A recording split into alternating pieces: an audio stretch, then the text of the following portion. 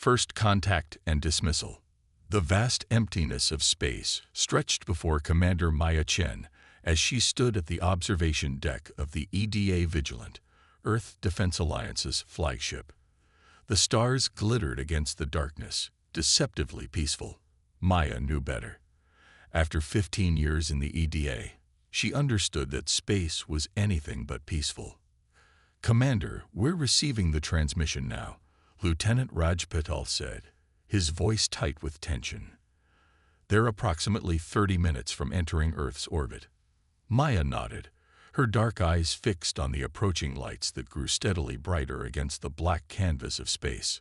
"Alert all stations. I want everyone at their positions." Today marked humanity's first official contact with an alien civilization.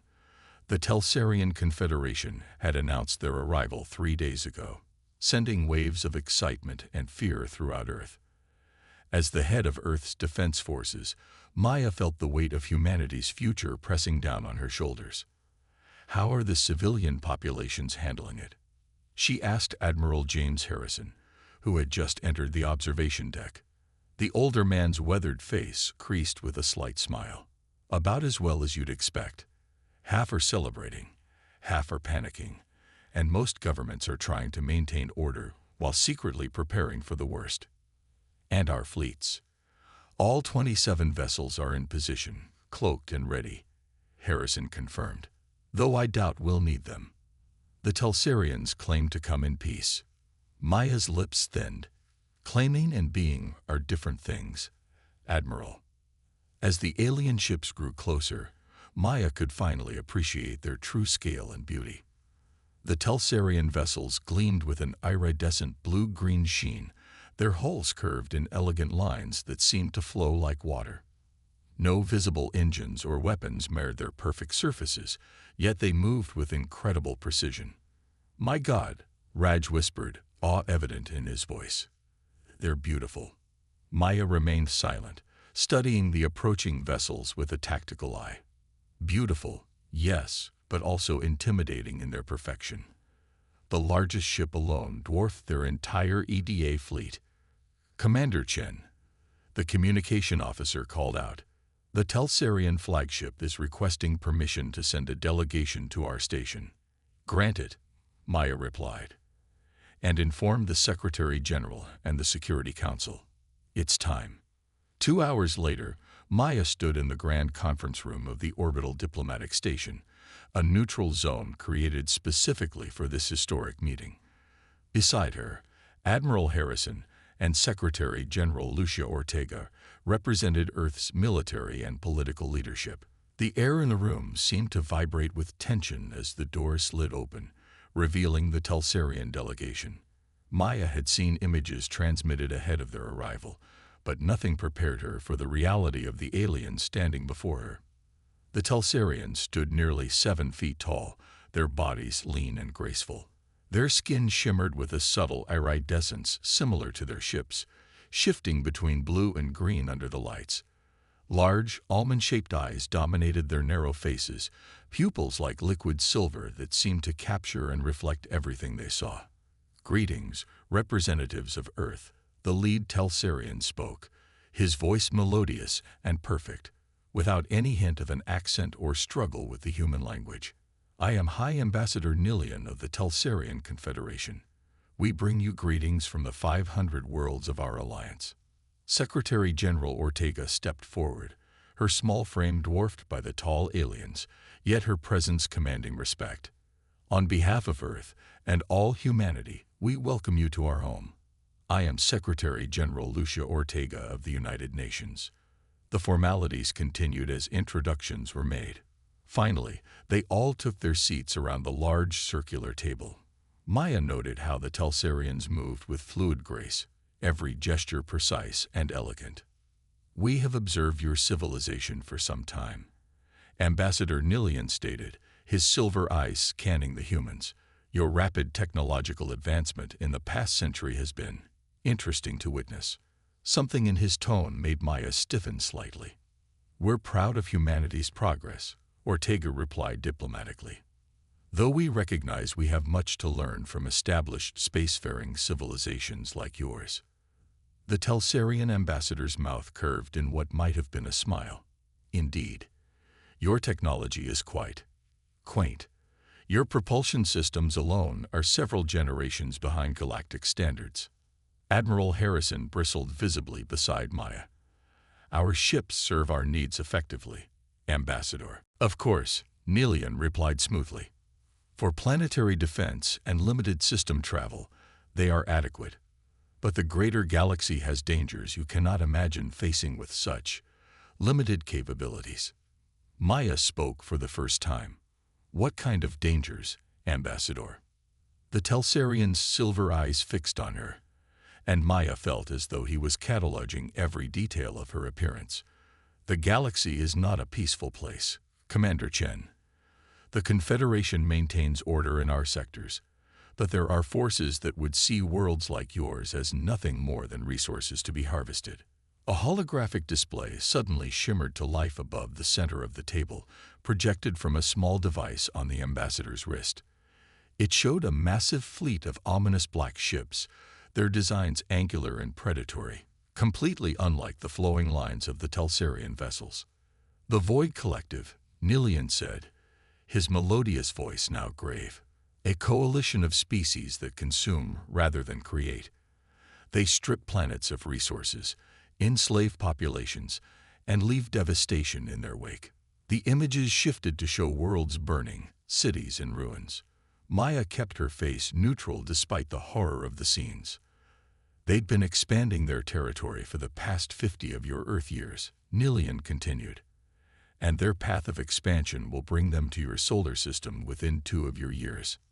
Secretary General Ortega paled visibly. And you're telling us this now, when we have no time to prepare. That is why we are here. Another Telsarian spoke up. This one had been introduced as Defense Coordinator Selith. Your civilization cannot hope to stand against the collective with your current level of technology. Maya's eyes narrowed. So what exactly are you offering, Ambassador? Protection, Nelian stated simply. The Telsarian Confederation is willing to extend our defensive sphere to include your solar system. Admiral Harrison leaned forward. At what cost? A faint smile touched the ambassador's lips. Perceptive. Admiral. Yes, there would be considerations. The Confederation requires resources to maintain our defense networks. We would need access to 30% of your planet's rare mineral deposits, particularly those you call rare earth elements. 30%? Ortega exclaimed. That would cripple several of our key industries. A small price for survival, Nelian replied smoothly. Additionally, we would require operational control of your orbital defenses and permission to establish bases on your moon and Mars. Maya couldn't remain silent. You're essentially asking for control of our entire defensive capability. Only to ensure proper integration with our superior systems, Defense Coordinator Selith interjected. Your current defensive capabilities are, how shall I put this delicately? Primitive. They would not withstand a collective assault for more than a few hours. To demonstrate his point, Selith activated another hologram, this one showing a simulation of Earth's defense fleet engaging with a single Void Collective vessel. The simulation ended quickly, with the human vessels reduced to floating debris. This is based on our actual observation of your fleet capabilities, Selith added, his tone almost pitying. Your weapons are ineffective against their shielding, and your propulsion systems lack the necessary speed for tactical evasion. Maya felt her cheeks burn with humiliation and anger. The simulation was a deliberate insult, designed to emphasize humanity's weakness. We'll need time to consider your proposal, Secretary General Ortega said firmly. This isn't a decision any one person can make for all of humanity. Ambassador Nelian inclined his head gracefully. Of course. However, I must emphasize that time is a luxury you may not have. Our intelligence suggests the Void Collective could send advanced scouts to your system within months. We'll convene an emergency session of the United Nations Security Council immediately, Ortega assured him. I request 48 hours to present your proposal and reach a preliminary decision. Very well, Nilian agreed. We will remain in orbit and await your response.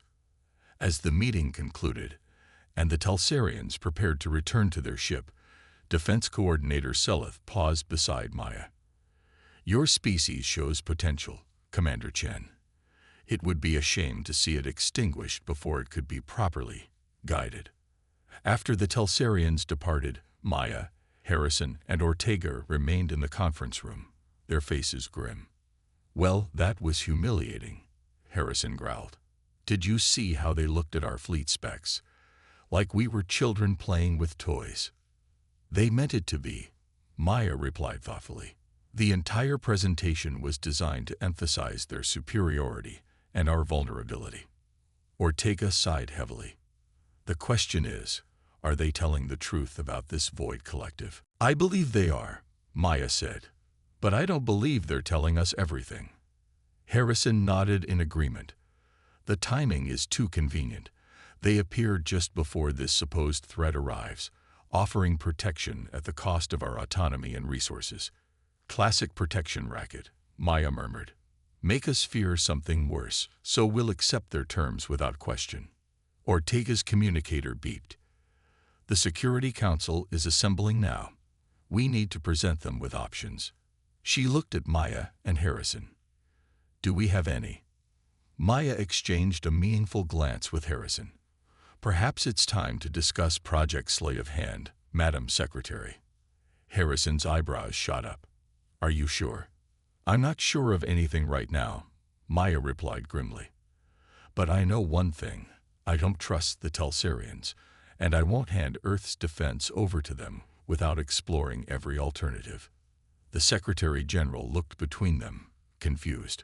What is Project Sleight of Hand? Something that might change the equation, Maya said carefully. But first, we need to secure this room against any possible surveillance. Harrison activated a device on his wrist, and a soft humming filled the room as counter-surveillance measures engage. 15 years ago, Maya began, after the Proxima Centauri signals were first detected, Earth's major powers secretly agreed on a contingency plan. While publicly developing conventional space technology at a normal pace, we diverted significant resources to classified research facilities in Antarctica, the Mariana Trench, and the far side of the moon. Understanding dawned on Ortega's face. A secret technological development program. More than that, Harrison added, a complete misdirection strategy. The fleet the Talsarians observed, the one they so confidently dismissed as primitive. It's a decoy. A decoy, Ortega repeated incredulously. Maya nodded. Earth's true defense capabilities have been hidden for over a decade. The ships the Talsarians scanned are using outdated technology, deliberately designed to appear functional but unremarkable. But why? Ortega asked. Why pretend to be less advanced than we are? Because we've suspected for years that we weren't alone, Maya explained. And history teaches us that when technologically superior civilizations discover emerging ones, it rarely ends well for the newcomers. Project Sleight of Hand was designed to give us an edge, the element of surprise. Harrison pulled up a secure holographic display showing schematics that looked nothing like the vessels currently in Earth orbit. These are our actual defense vessels, hidden in underground facilities on the moon and within the asteroid belt. They utilize technologies even the Talsarians might find interesting. Ortega stared at the schematics in astonishment. How is this possible? How could such a massive project be kept secret? Compartmentalization, Maya replied, and the fact that the technology looks so ordinary from the outside.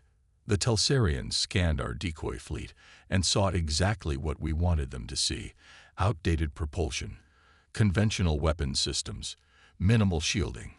And our real capabilities? Ortega asked, her voice barely above a whisper.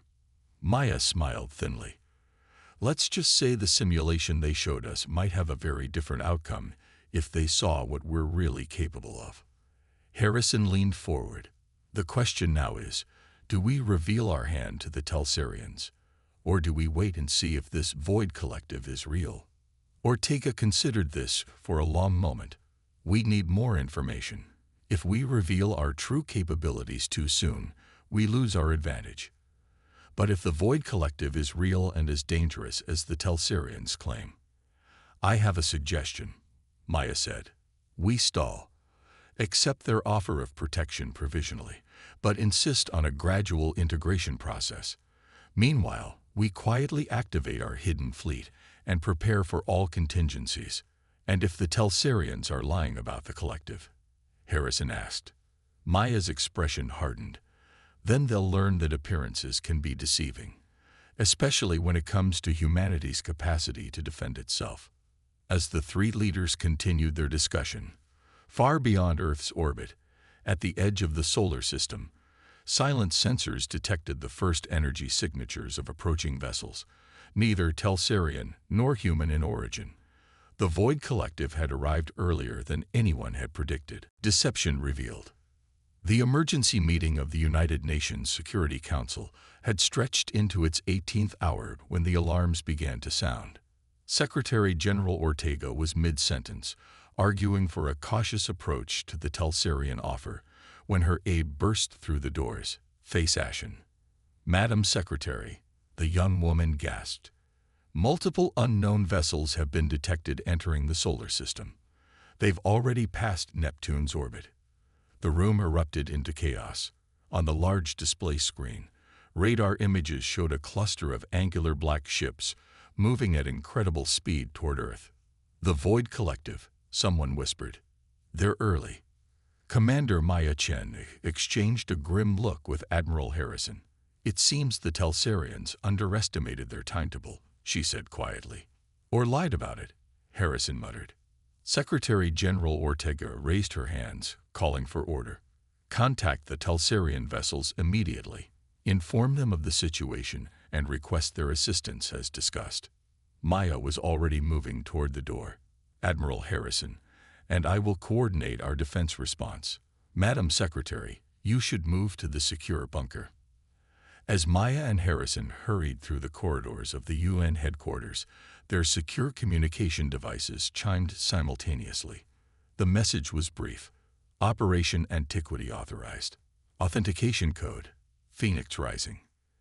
It's time, Harrison said, his voice tight with tension. Let's hope the real fleet is as good as we've always believed. It better be, Maya replied grimly, or this will be a very short fight. They reached the secure command center buried deep beneath the headquarters. Dozens of officers worked at stations, monitoring the approaching threat and coordinating Earth's visible defensive response. Status report, Maya demanded as she took her position at the command table. Lieutenant Raj Patel looked up from his console. 7 Void Collective warships detected, Commander. Their current trajectory will bring them to Earth orbit in approximately 3 hours. Our decoy fleet is moving to intercept. But, he hesitated. But we all know that won't last long. Maya finished for him. What about the Telsarians? That's the strange part, Raj replied, his brow furrowed. They've acknowledged our messages, but they're retreating. Their ships are moving to the far side of the moon. Harrison swore under his breath. So much for their offer of protection. Maya's eyes narrowed. Or perhaps they never intended to protect us at all. They might have been using the collective as leverage to gain control of our resources. And now that the collective is actually here, they're abandoning us, Harrison concluded, leaving us to fend for ourselves with what they believe is inferior technology. A small, cold smile touched Maya's lips. Their mistake. She pressed her palm against the biometric scanner on the command table. Commence Operation Antiquity. Authorization. Chen, Maya. Commander, EDA. Authentication code. Phoenix Rising. The table's surface transformed into a detailed holographic display of the solar system. Red markers indicated the position of the Void Collective ships, blue showed the retreating Telsarian vessels, and green represented Earth's decoy fleet moving into defensive positions. Activate the Artemis Array, Maya ordered. Across the room, A technician entered a complex sequence into his terminal. Artemis Array online. Commander. Quantum sensors active. The holographic display suddenly expanded, revealing dozens of previously invisible signals hidden throughout the solar system. Earth's true defense fleet coming online after years of dormancy. Signal the Telsarians, Maya said to the communications officer. Inform them that Earth appreciates their concern, but will handle this threat independently. They're responding, Commander, the officer reported moments later. Ambassador Nilian is requesting visual communication. Maya nodded, and the ambassador's face appeared on the main screen. His silver eyes seemed troubled. Commander Chen, he began, his melodious voice tinged with what sounded like genuine concern. We have detected void collective warships approaching Earth. Our vessels are repositioning to avoid detection, while we summon reinforcements from the Confederation. How convenient, Maya replied coldly. The threat you warned us about arrives precisely when predicted, yet your ships retreat rather than offer the protection you promised. The ambassador's expression shifted subtly. You must understand, Commander. Our ships in your system are diplomatic vessels, not our main battle fleet. We cannot stand against multiple collective warships without reinforcements. I see, Maya said. And when might these reinforcements arrive? Within 36 of your hours, Nilian responded. But I fear that may be too late. The collective will reach Earth within 3 hours. You must surrender immediately and offer no resistance. If you fight, they will destroy your civilization entirely. If you surrender, they may preserve your population as a labor resource. A labor resource, Maya repeated flatly. Is that what happens to civilizations that can't defend themselves in this galaxy, Ambassador? They become slaves. It is regrettable, Nilian said, his tone suddenly patronizing. But it is the reality of cosmic existence. The strong survive, the weak serve. Your civilization simply hasn't had time to develop the necessary technologies to join the ranks of the strong. Maya leaned forward, her eyes locked with the ambassador's. Perhaps you shouldn't judge a book by its cover, Ambassador. Earth will neither surrender nor require your delayed assistance. She cut the transmission before Nilian could respond. They're watching us, Harrison noted.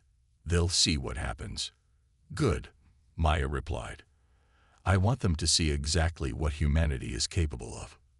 She turned back to the command table. Lieutenant Patel, status of the Antiquity Fleet. All vessels reporting ready, Commander. The Mercury Strike Group has completed activation and is moving into position behind Mars. The Venus Defense Cluster is online and maintaining stealth protocols. The Luna Guardians are powered up and awaiting your command.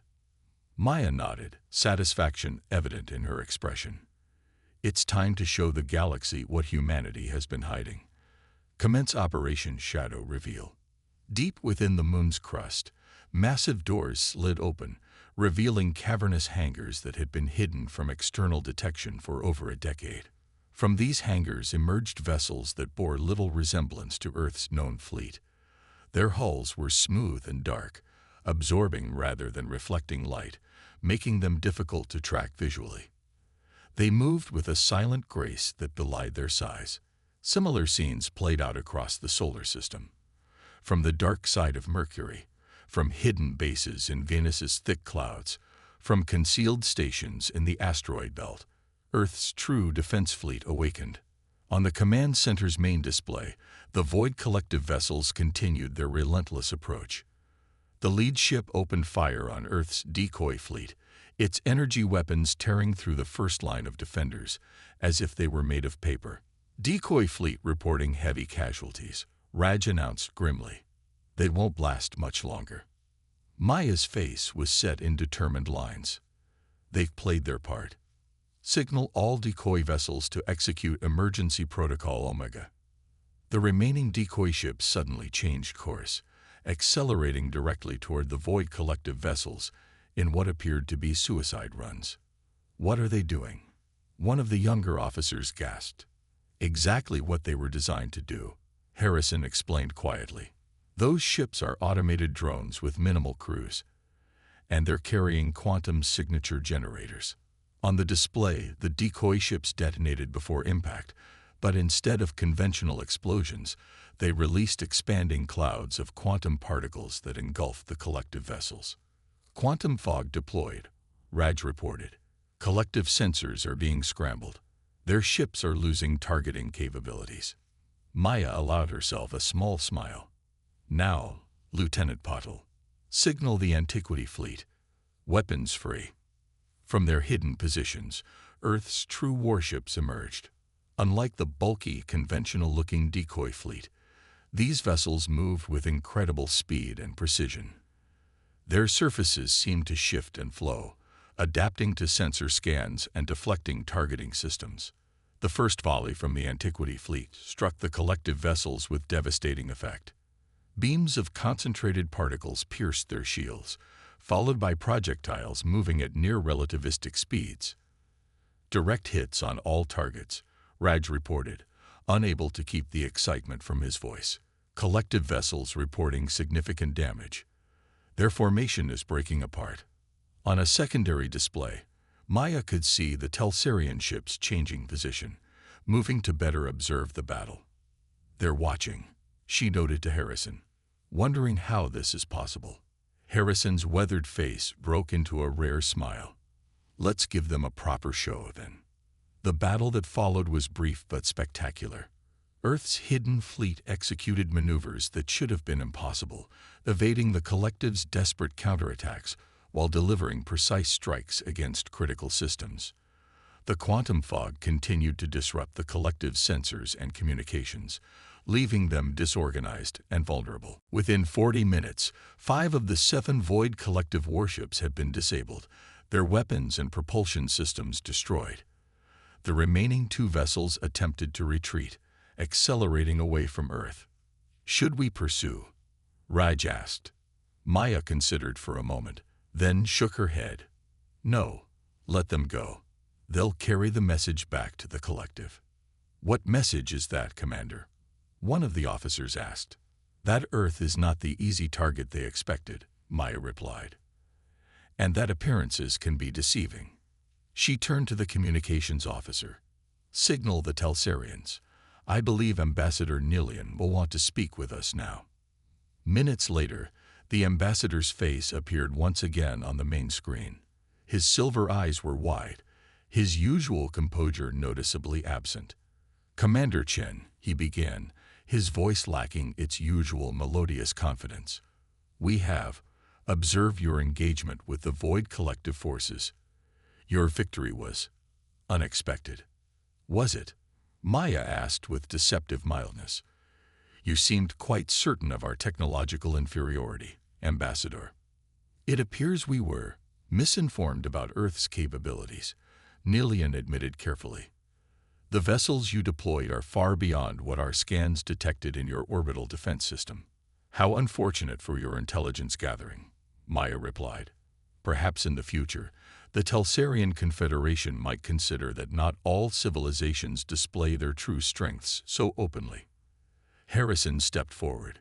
You should also consider that retreating when your allies face danger might not be the best way to build diplomatic relationships. The ambassador's expression tightened slightly. As I explained, our vessels were not equipped for combat. Yet you offered Earth your protection. Maya interrupted. Protection you couldn't actually provide when needed. Nilian fell silent, his silver eyes calculating. Allow me to be clear, Ambassador, Maya continued. Earth appreciates the warning about the Void Collective, delayed though it was. We're even willing to discuss future diplomatic and trade relations with the Telsarian Confederation. But we will do so as equals, not as a primitive civilization in need of your guidance or protection. I understand, Nilian replied slowly. The Confederation will need to reassess its approach to Earth. Perhaps we could arrange a new diplomatic conference to discuss mutual defense against the collective threat. We'd be happy to participate in such a conference, Maya agreed. As full partners with our own contributions to make, not as junior members grateful for your protection. After the transmission ended, Harrison turned to Maya with a raised eyebrow. That was diplomatic of you. I half expected you to tell them to get out of our solar system. Maya smiled thinly.